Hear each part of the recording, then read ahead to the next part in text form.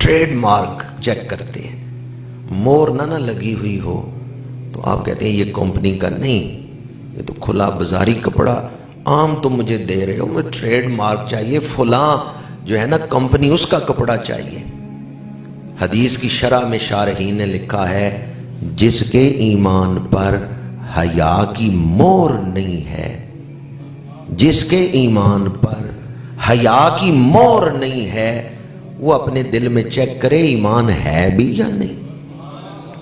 اِنَّ لِكُلِّ دِینٍ خُلُقًا وَخُلُقُ الْإِسْلَامِ الْحَیَاءُ، ہر دین کی ایک خاص خصلت ہوتی ہے، نشانی ہوتی ہے، پہچان ہوتی ہے، خاص وصف ہے ہر دین کا۔ اسلام کی پہچان حیا ہے، مومن بے حیا نہیں ہوتا۔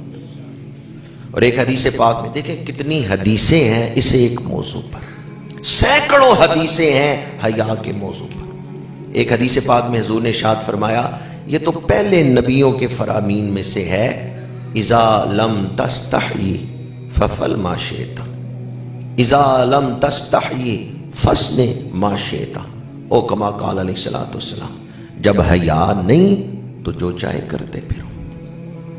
یہ حدیث پاک ہے، یعنی جو بے حیا ہے اس سے کوئی بھی توقع کی جا سکتی ہے۔ بے حیا آدمی کے بارے میں توقع نہ کرنا کہ فلاں کام نہیں کرے گا، بے حیا سے کسی برائی کی توقع کی جا سکتی۔ بے حیائی کی وجہ سے قتل ہوتے ہیں، بے حیائی کی وجہ سے لوگ نشہ کرتے ہیں، بے حیائی کی وجہ سے گھروں میں جھگڑے ہوتے ہیں۔ تو یہ دروازے جو کھلے قتل کے، نشے کے، جھگڑوں کے، کس وجہ سے کھلے؟ پہلا قتل جو ہے نا، بھائی نے بھائی کو قتل کیا ہے، وہ ایک عورت کا حسن دیکھ کے کیا ہے۔ واقعہ آپ نے سنا ہوگا، حابیل اور قابیل کی جو لڑائی ہوئی ہے، جھگڑا ہوا ہے، کس وجہ سے ہوا ہے؟ عورت کا حسن ہی دیکھا، اس نے کہا میں نے شادی کرنی ہے، حصہ دوسرے کا تھا، وہ دوسرے کے منگنی میں تھی، بھائی نے بھائی کو قتل کر دیا، اس نے کہا نہیں میں نے شادی کرنی۔ تو پہلا قتل جو ہوا ہے وہ آنکھوں کے غلط استعمال کی وجہ سے ہوا ہے، اس عشق و محبت کی وجہ سے پہلا قتل ہوا ہے۔ تو بے حیائی نے کتنے قتل کروائے، بے حیائی کی وجہ سے لوگوں نے کتنا نشہ کیا یا نشے کر رہے ہیں، بے حیائی کی وجہ سے گھروں میں جھگڑے ہو رہے ہیں۔ اس لیے یہ ایک جملہ ذرا غور سے سن لیں اور دنیا تک پہنچا دیں، آخرت کی فکر نہیں نا تو خدا را اپنی دنیا سنوارنے کے لیے ہی حیا کو اپنا لیں۔